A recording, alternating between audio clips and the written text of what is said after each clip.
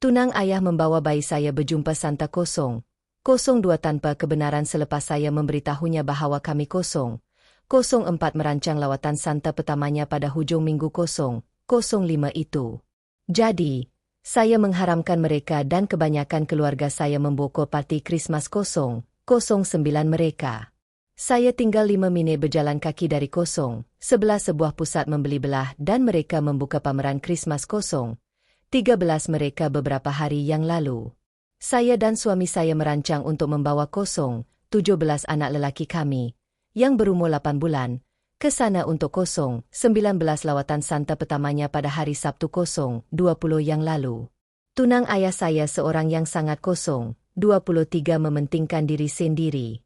Baru-baru ini, dia 026 coba menyiarkan tentang kehamilan saya di media sosial 028 sebelum saya melakukannya dan mengesahkan 030 tarikh perkahwinan mereka, yang sejak itu telah 031 diubah 2 kali di parti hari jadi kakak saya 033.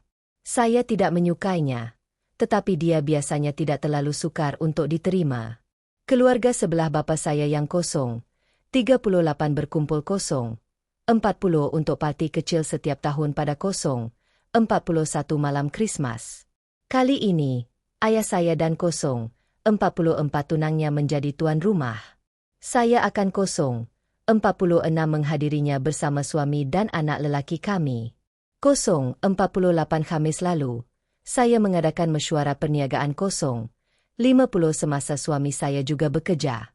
Ayah saya yang 053 dan tunangnya datang untuk 054 menjaga anak. Saya meluangkan sedikit masa berbual dengan mereka sebelum pergi, dan saya menyebut rancangan hujung minggu kami yang 058, termasuk bagaimana kami akan membawa bayi kami berjumpa Santa. Apabila saya sampai di rumah, tunang ayah saya menunjukkan kepada saya gambar pukul 1.05 dirinya bersama bayi saya di pusat membeli belah. Pukul 1.07 Santa. Saya tidak mempunyai gambar pukul 1.09 hanya anak lelaki saya. Dia ada dalam semua itu. Dia pukul 1.11 menjelaskan ayah saya ingin tidur sebentar pukul 1.13. Jadi dia membawa anak saya berjalan-jalan. Pukul 1.16 dia pergi ke pusat membeli belah, melihat pameran Krismas pukul 1.18, dan tidak dapat menahan diri daripada membawa anak saya pukul 1.19 ke sana sendiri. Biar saya jelaskan pukul 1.21 ini.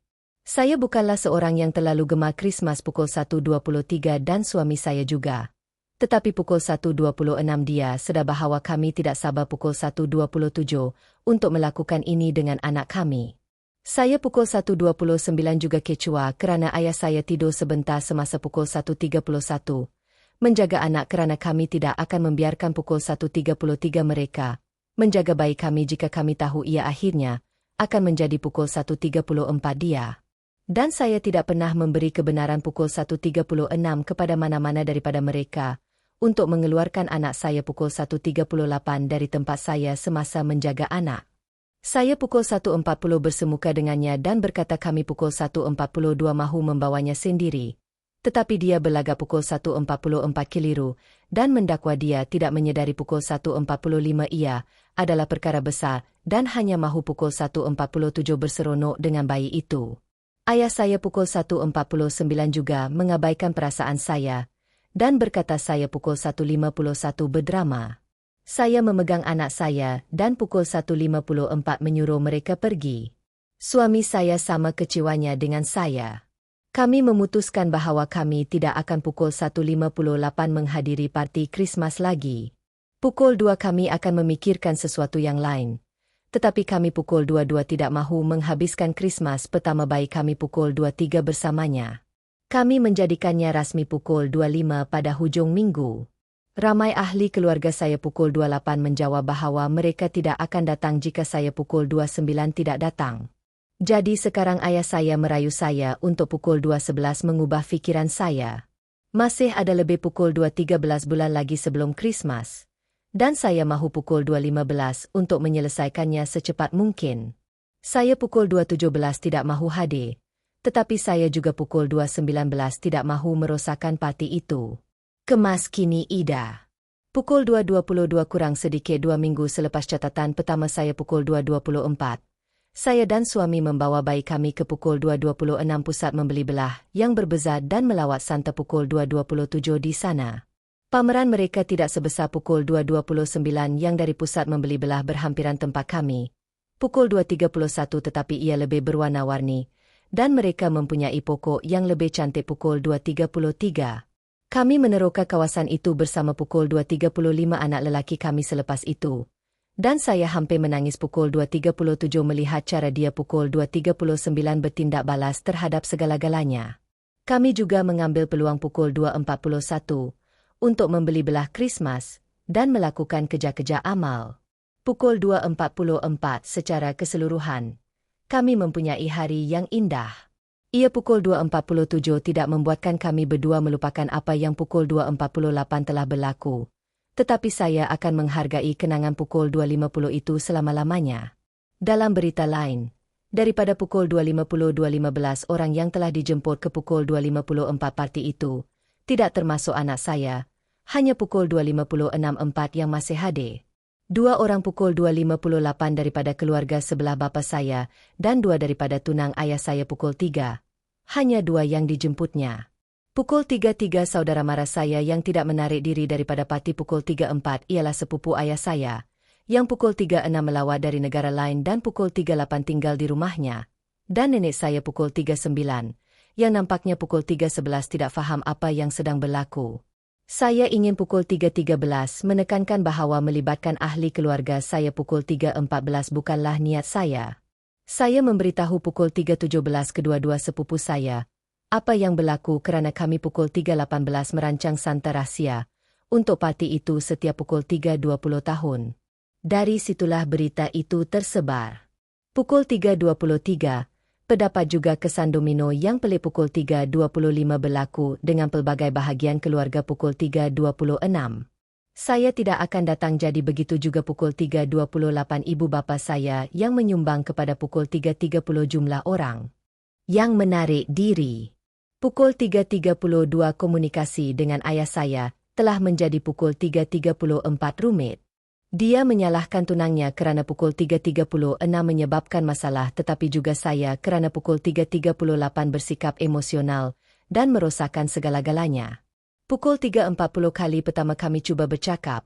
Dia membuat pukul 3.42 komen yang sangat menyinggung perasaan yang saya tidak dapat pukul 3.44 terlepas pandang dan kemudian menuduh saya bersikap dramatik pukul 3.46 mengenainya juga. Perbualan kedua kami pukul 3.48 adalah lebih baik. Tetapi pukul 3.50 masih tidak menyelesaikan banyak masalah. Saya sudah bersedia untuk menghubungi pukul 3.52 dan ia berakhir dan menerima bahawa kami tidak akan pernah bersetuju tentang pukul 3.54 ini. Tetapi ayah saya menghubungi saya beberapa hari pukul 3.55 yang lalu dengan tunangnya. Dia sebenarnya pukul 3.58 tidak meminta maaf. Sebaliknya, dia mengulangi bahawa dia pukul 41 hanya mahu melakukan sesuatu yang menyeronokkan dan pukul 42 tidak fikir ia akan menjadi masalah besar. Tetapi pukul 44 tidak bermaksud untuk membuat saya kecoh. Mengenalinya, saya pukul 46 tidak mempercayai semua itu. Saya memberitahunya bahawa terdapat pukul 48 banyak perkara yang boleh dilakukannya pukul 4.10 yang bukan satu-satunya perkara yang dia tahu saya pukul 4.11 sudah merancang untuk lakukan dengan anak saya pukul 4.13, dan tidak memerlukan dia pukul 4.14 dari tempat saya tanpa kebenaran.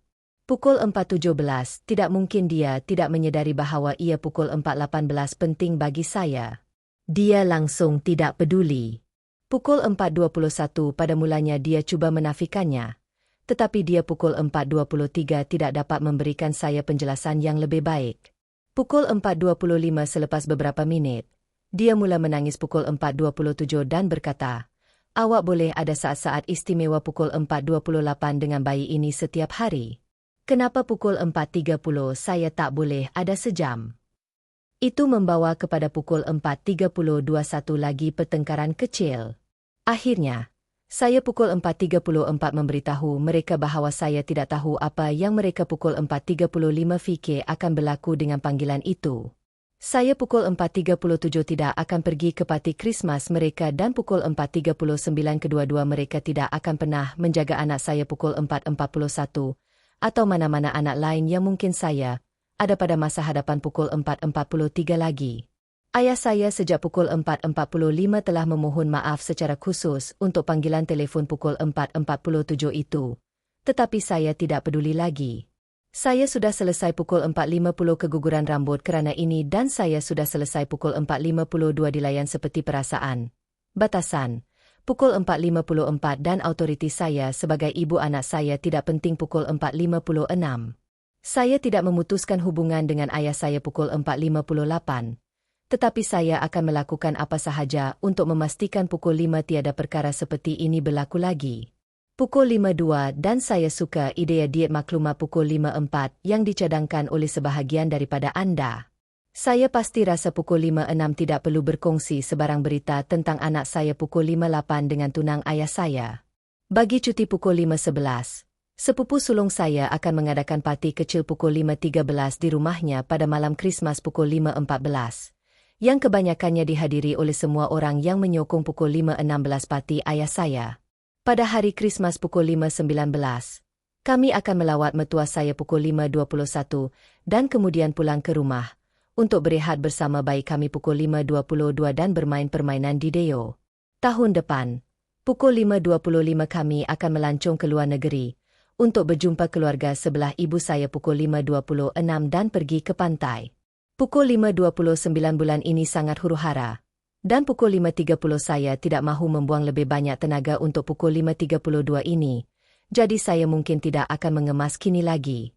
Pukul 5.35 saya tidak 100% berpuas hati dengan bagaimana pukul 5.37 semuanya berjalan lancar, tetapi saya gembira pukul 5.39 situasi ini telah ditangani sepenuhnya. Dan pukul 5.41 ini mungkin sebenarnya yang paling mengujakan pukul 5.43 saya telah lama meraihkan Krismas.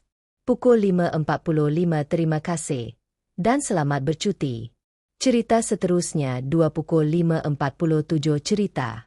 Saya mendapati ayah saya curang pukul 5.49 ibu saya yang sakit tenat. Tetapi saya tidak memberitahunya pukul 5.51.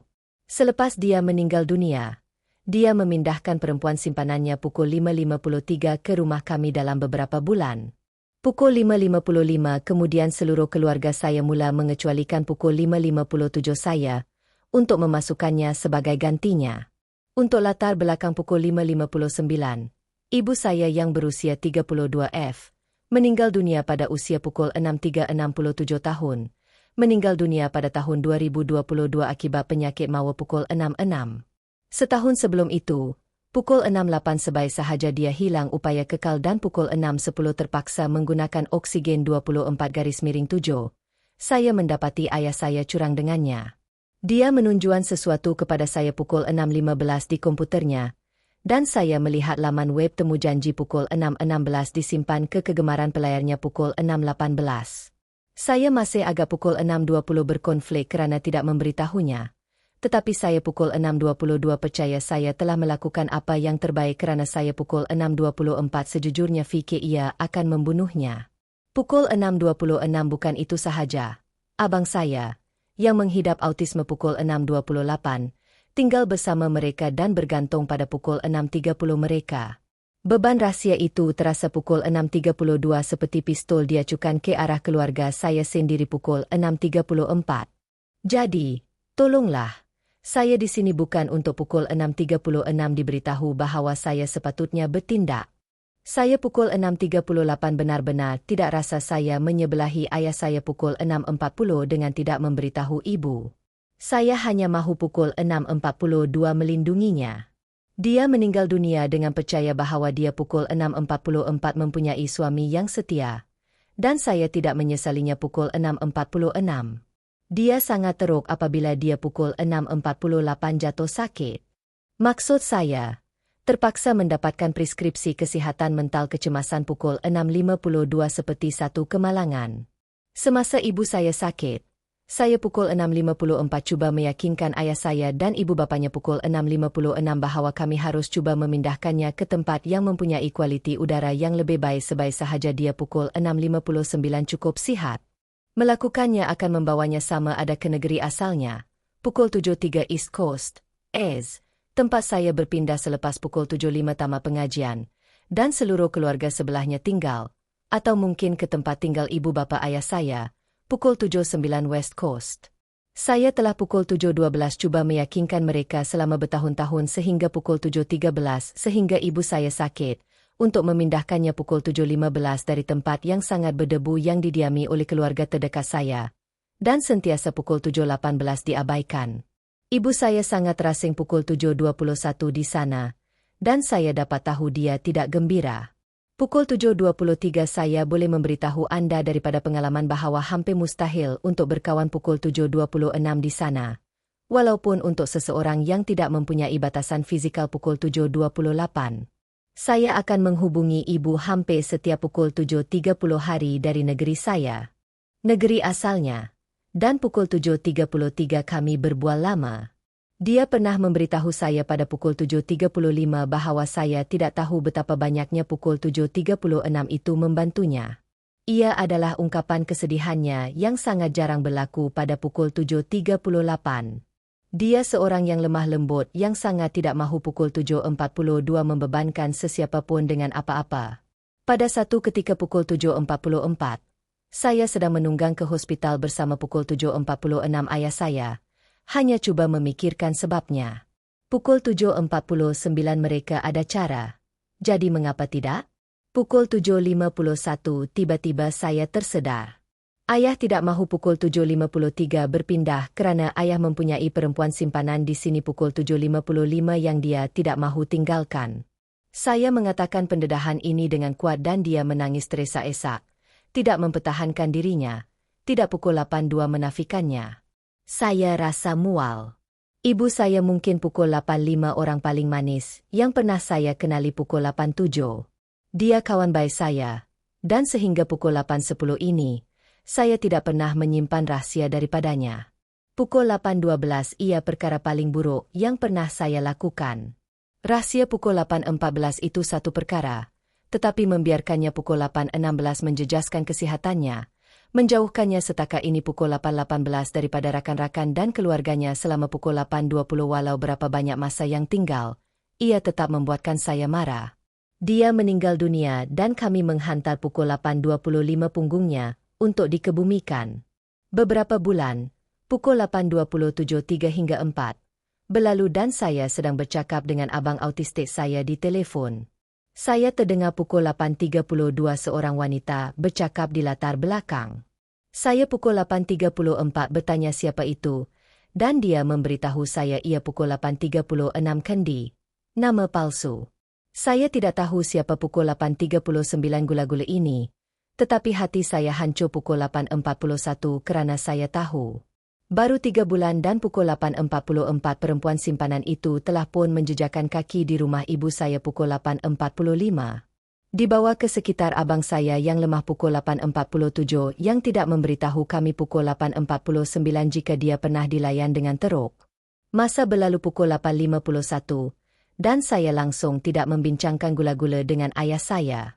Saya hanya cuba membuat abang saya memberitahu saya jika dia langsung tidak selesa pukul 8.57 di sekelilingnya, atau jika dia pernah dilayan dengan teruk pukul 8.59 dengannya dalam apa jua cara.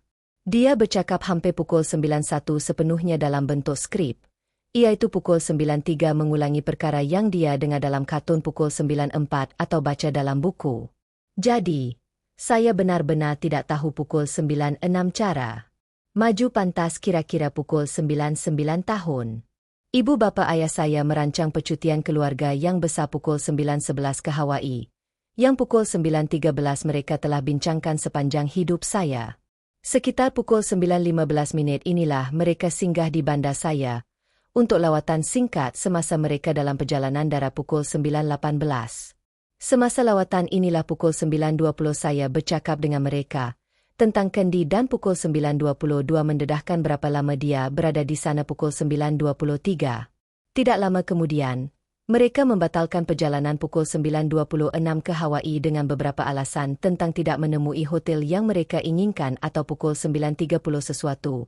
Tetapi saya tahu kendi telah dijemput pukul 9.32. Jadi, keseluruhan perjalanan dibatalkan pukul 9.35 untuk menghalang kami daripada bertemu. Maju pantas pukul 9.37 ke sekarang beberapa tahun kemudian. Pukul 9.39 sejak kematian ibu saya. Saya tidak pernah ke rumah ayah saya pukul 9.41, sejak sejurus selepas ibu pukul 9.43 meninggal dunia. Apabila dia mahu kami mengemas barang-barangnya pukul 9.45. Pukul 9.47 itu sangat cepat, sekarang setelah saya memikirkannya. Kendi tinggal pukul 9.49 di sana sekarang. Saya tidak tahu berapa lama, tetapi pukul 9.52 mungkin sepanjang masa. Saya belum pernah ke rumah datuk dan nenek saya di Pantai Bara pukul 9.55 sejak sebelum ibu meninggal dunia. Ia tidak mungkin pukul 9.58 setiap tahun kerana kosnya. Tetapi pukul 10 sebelum ibu meninggal dunia, pihak ayah saya akan menghubungi saya sekurang-kurangnya pukul 10.02 menggunakan pembesar suara sekali atau pukul 10.04 dua kali, sementara keluarga terdekat saya melawat pukul 10.06 mereka memberitahu saya bahawa mereka merindui saya dan berharap pukul 10.08 saya dapat berada di sana. Beberapa tahun kebelakangan ini pukul 10.10 agak sunyi sepanjang minggu pukul 10.12 kesyukuran. Tiada sesiapa pun yang menjenguk. Saya tidak tahu pun ayah dan abang saya akan pergi ke rumah datuk dan nenek saya pukul 10.17 sehinggalah seorang makcik menghantar mesej kepada saya secara tiba-tiba pukul 10.19 untuk bertanya khabar dan berharap saya ada di sana. Pukul 10.21 ia membuatkan saya terfikir, mengapa mereka tidak menghubungi pukul 10.23 pada kesyukuran sepanjang masa? Dan sial, pukul 10.26 saya penat sangat jadi betul. Pukul 10.28 sebab gula-gula dah lama berlarutan. Pukul 10.31 keluarga saya sendiri, yang menerima perempuan simpanan pukul 10.33 dengan tangan terbuka kerana dia sangat baik pukul 10.35 dengan abang awak, telah mengecualikan pukul 10.36 anak perempuan dan cucu perempuan mereka sendiri pukul 10.37 daripada bercuti. Saya sedar semua ini pada pukul 10.40 saya sendiri, dan menghubungi ayah saya malam ini, untuk mengesahkannya pukul 10.42. Dia memang pergi ke pukul 10.44 Tan KS Giddings, dan saya tidak mendapat jemputan pukul 10.45 pun. Ayah saya berbual sekejap-sekejap mengenainya, dan menyerahkan telefon kepada sepupu yang sangat muda pukul 10.49. Saya berbual dengannya, dan pukul 10.51 akhirnya dia menyerahkan telefon kepada pukul 10.53 nenek saya. Dia mencuba harapan lama awak pukul 10.55 di sini, dan saya tidak mahu. Saya beritahu dia pukul 10.57 itu pelik, kerana saya tidak dijemput pun pukul 10.59. Tidak pernah dijemput selama pukul 11 1 tahun, dan tidak mendengar sepatah pun daripada pukul 11.03 sepanjang minggu kesyukuran selama pukul 11.05 tahun. Saya menegur mereka dan sudah tentu pukul 11.07 mereka tidak mahu mendengarnya. Nenek saya pukul 11.09 malah menceritakan sebab perjalanan ke Hawaii pukul 11.11 dibatalkan tanpa saya bertanya. Dan pukul 11.13 sudah tentu saya betul sekali lagi. Dia kata pukul 11.15 inilah sebabnya kami terpaksa membatalkan Hawaii. Saya pukul 11.18 tahu. Saya kata perjalanan ke Hawaii saya boleh pukul 11.21 agak faham. Saya tidak percaya mereka pukul 11.23 tahu Candi adalah perempuan simpanan sebelum pukul 11.24 merancang perjalanan itu. Jadi, saya dapat lihat bagaimana pukul 11.26 mereka akan menjemputnya tanpa mengetahui. Pukul 11.27 pun. Masih pelik untuk menjemput teman wanita anak lelaki anda pukul 11.29 ke Hawaii bersama keluarga pukul 11.31 kurang, setahun selepas kematian isterinya pukul 11.32. Tetapi itu hanyalah saya. Pukul 11.34 kesyukuran. Walau bagaimanapun, ini terasa pukul 11.36 disengajakan. Ini terasa seperti mereka pukul 11.38 memilih perosak rumah tangga daripada keluarga mereka sendiri pukul 11.39. Beberapa tahun kebelakangan ini, mereka pukul 11.42 benar-benar mendesak saya untuk mendapatkan terapi. Pukul 11.43 yang memang saya perlukan, tetapi ia membuatkan saya pukul 11.46 terkesan kerana ia hanya supaya saya tidak menyebabkan sebarang masalah pukul 11.47 untuk mereka. Saya telah banyak melupakan pukul 11.49 dan banyak memaafkan. Saya kehilangan ibu saya. Saya pukul 11.52 juga tidak mahu kehilangan ayah saya. Saya pernah pukul 11.54 mendengar bahawa orang dalam situasi saya mempunyai ibu yang sakit kena pukul 11.56 dicurangi, atau pukul 11.58 ditinggalkan oleh suami. Kebanyakan masa pukul 12. Ibu bapa yang berzina itu sudah mati pukul 12.02 selepas itu. Dalam erti kata lain, saya tidak begitu faham pukul 12.04 pilihan itu. Saya perlu tahu apa yang berlaku pukul 12.06 dalam hidup abang saya. Saya akan menjadi penjaganya suatu hari nanti. Tetapi sekarang, saya tidak lagi rasa pukul 12.11 seperti ini keluarga saya, kecuali pukul 12.13 untuk abang saya. Saya jelas terluka pukul 12.16 teruk, tetapi nenek saya fikir saya pukul 12.17 bertindak balas secara berlebihan, bahawa sayalah sebab pukul 12.19 saya dikecualikan. Ia menjelaskan mengapa pukul 12.22 dia telah terbang keluar kepada saya beberapa kali. Pukul 12.24 bercakap tentang bagaimana dia ada untuk saya. Pukul 12.26 kepentingan keluarga. Bla bla bla. Pukul 12.28 ia hanya rasa bersalahnya. Saya rasa pukul 12.30 ini sudah cukup untuk memutuskan hubungan pukul 12.32 selama-lamanya.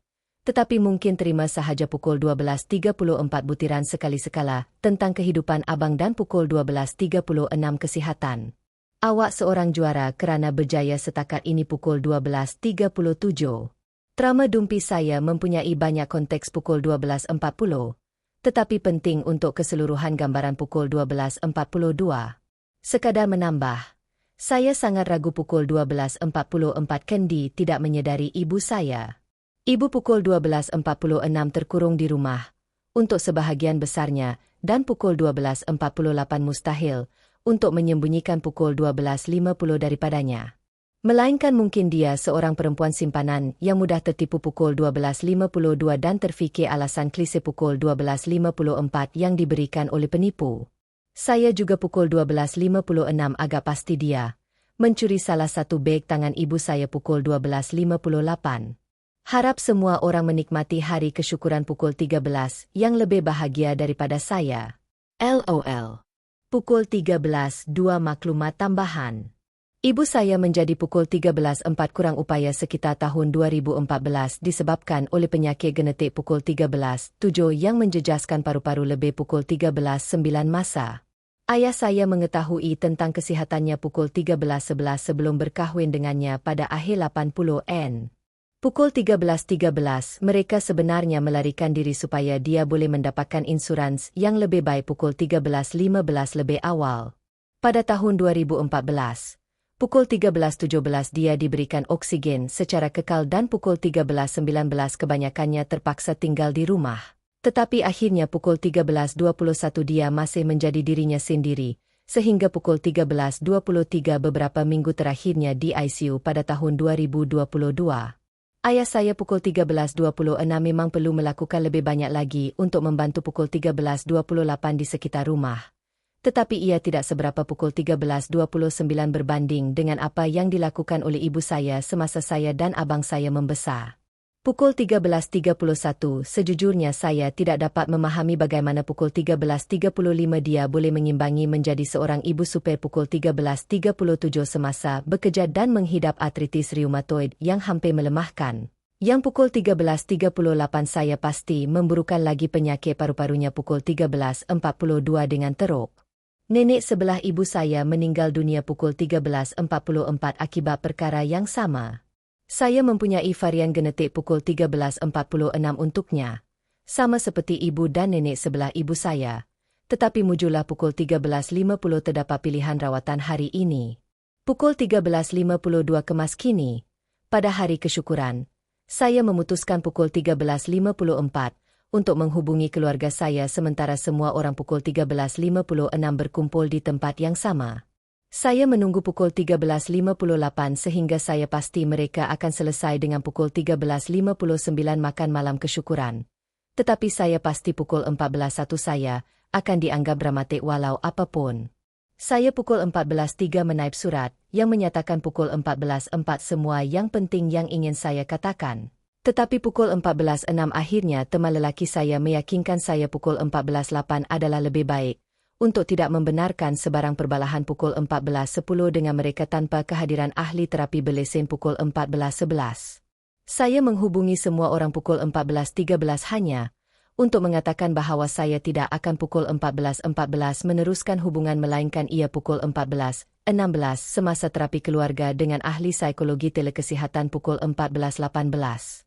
Itu tidak berjalan seperti yang dirancang pukul 14.21.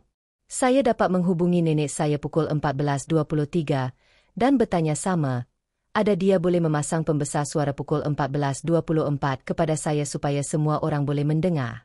Adakah pukul 14.27 awak akan bersikap baik? Dia bertanya seolah-olah pukul 14.29 saya tidak pernah pergi. Jadi, saya mengambil halaman pukul 14.31 daripada buku orang lain dan pukul 14.32 mengalihkan perhatian. Bertanya sama ada semua orang ada di sana. Pukul 14.35 saya membuat pengumuman itu dan nenek saya pukul 14.37 teruja apabila dia mendengar terapi. Pukul 14.38 mengatakan dia fikir terapi akan menjadi idea yang bagus untuk saya pukul 14.40. Tidak, kata saya. Jika saya pukul 14.43 melakukan terapi, saya tidak melakukannya sendirian. Saya mungkin terlupa untuk menyebutnya pukul 14.46. Nenek saya, pukul 14.47. Sejak mengetahui tentang ketidaksetiaan ayah saya pukul 14.49, hanya memberi alasan pukul 14.51 untuknya dan cuba berpura-pura. Pukul 14.52 ini akhirnya menjadi perkara positif bagi abang saya pukul 14.54 untuk mempunyai seseorang di sekeliling untuk membantu. Pukul 14.56 mungkin begitu, tetapi saya rasa ia bukan idea yang baik pukul 14.58 untuk mempercayai seseorang seperti Kendi pukul 15 dengannya. Satu-satunya orang yang menyokong pada pukul 15.2 panggilan itu ialah makcik saya melalui perkahwinan, yang menghantar mesej kepada saya pukul 15.06 memberitahu saya bahawa keluarga saya akan melawat ke sana pada pukul 15.07 petama. Selepas saya membuat pengumuman saya pukul 15.10 terdengar datuk saya berkata sesuatu dalam latar belakang pukul 15.11, tetapi tidak dapat mendengarnya pukul 15.13. Nenek saya menegurnya. Jadi tidak syak lagi ia adalah sesuatu yang sini seperti yang dijangkakan oleh pukul 15.17. Saya mengawalnya dengan agak baik pada pukul 15.20 sehingga nenek saya mula berkata betapa pukul 15.21 merindui saya dan betapa semua orang berharap saya pukul 15.23 ada di sana. Saya kata saya ragu-ragu tentang itu dan pukul 15.26 pendek kata menegur mereka kerana tidak pukul 15.28 menjemput saya selama bertahun-tahun dan juga mengelak pukul 15.30 saya semasa hari kesyukuran atau tidak menghubungi pukul 15.32 langsung. Saya tidak pernah bercakap apa-apa tentang gula-gula atau hubungan sulit itu. Terdapat kanak-kanak pukul 15.37 yang hadir, tetapi kebanyakan orang di dalam bilik pukul 15.38 menyedari isu itu. Saya meluahkan perasaan saya kepada ayah saya sebaik sahaja hanya saya dan pukul 15.42 dia yang berada di situ. Bertanya mengapa ada perosak rumah pukul 15.44 pada hari kesyukuran, dan saya langsung tidak dijemput. Dia sebenarnya cuba mempertahankannya pukul 15.48 dengan mengatakan bahawa dia bukan perosak rumah tangga. Pukul 15.50 dan saya tidak bersetuju. Saya berkata, awak pukul 15.52 patut saya ucapkan terima kasih atas itu. Terpaksa berbohong pukul 15.54 kepada ibu saya sendiri. Tetapi Candi dengan mudah pukul 15.56 boleh menjadi perosak rumah tangga. Wanita pukul 15.57 yang baik tidak mencuri suami wanita, yang sakit pukul 15.59. Dan kerana dia tahu bahawa saya pukul 16 tahu kebenaran tentangnya, dia tetap pukul 16.2 diam. Skim yang dia lakukan. Dia tidak akan pukul 16.5 menafikan secara khusus bahawa dia tahu tentang ibu saya pukul 16.7. Jadi, dia langsung tidak berkata apa-apa. Pukul 16.9 begitulah cara dia beroperasi. Dan bagaimana saya tahu pukul 16.11 ia benar. Saya tidak akan berpura-pura memahami pukul 16.13 bagaimana rasanya mempunyai pasangan yang sakit kena pukul 16.14 dan kurang upaya. Secara terus terang, saya tidak pukul 16.17 percaya bahawa kebanyakan orang pukul 16.19 boleh dengan jujur mengatakan bagaimana mereka akan bertindak balas terhadap pukul 16.20 situasi itu sehingga mereka mengharunginya. Ayah saya pukul 16.22 adalah salah seorang yang baik kerana tidak pukul 16.24 meninggalkan ibu saya sepenuhnya. Rasa bersalah pukul 16.26 memakannya hidup-hidup ketika ibu saya sedang nazak. Pukul 16.28 salah satu masa saya pernah melihat dia menangis pukul 16.30 adalah ketika saya menyedari dia mempunyai perempuan simpanan. Pukul 16.33 satu-satunya masa lain adalah ketika ibu saya pukul 16.34 sedang nazak atau meninggal dunia. Kami tidak banyak bercakap pukul 16.37 tentang Kendi atau ibu selepas dia pukul 16.38 meninggal dunia. Ia terlalu menyakitkan untuk kami berdua pukul 16.41. Dia menegaskan untuk menyokong seorang ayah sebaik mungkin tanpa pukul 16.45 saya dan Cindy bertindih. Sudah tentu.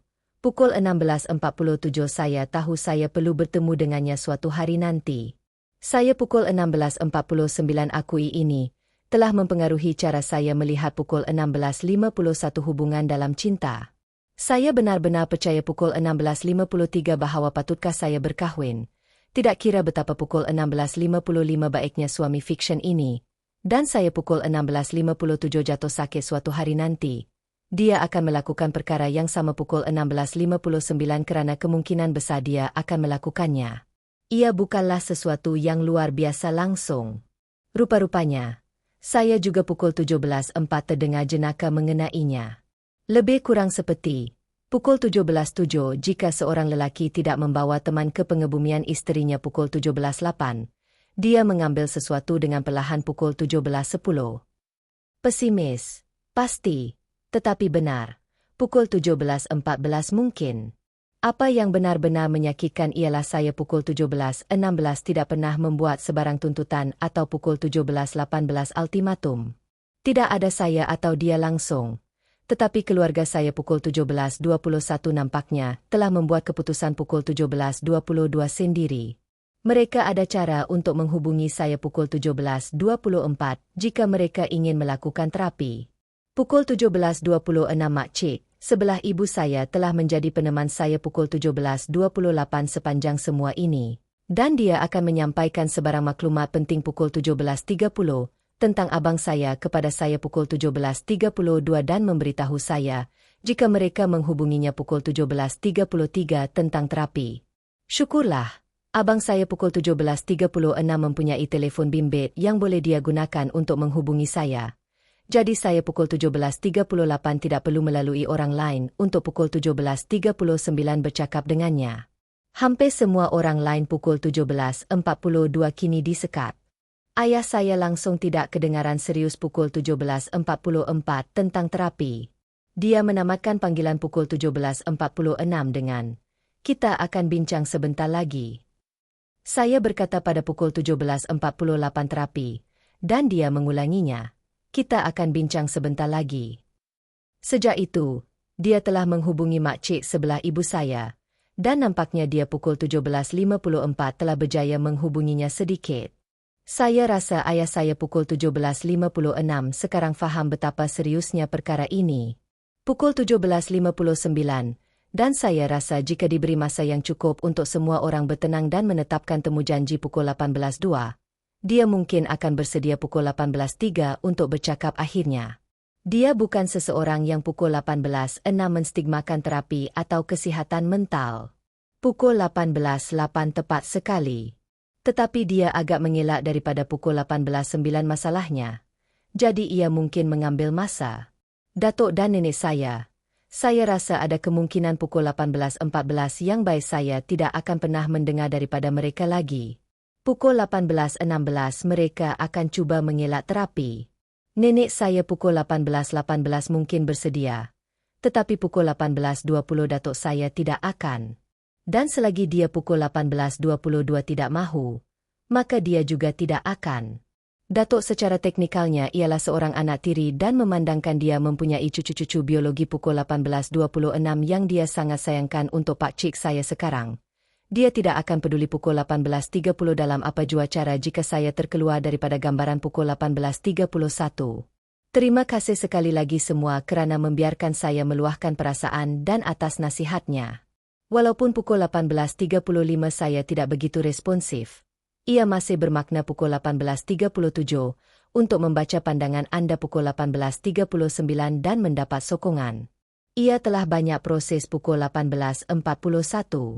Saya akan cuba memberikan sebarang kemas kini jika pukul 18.43 atau apabila ia berlaku. Terima kasih sekali lagi.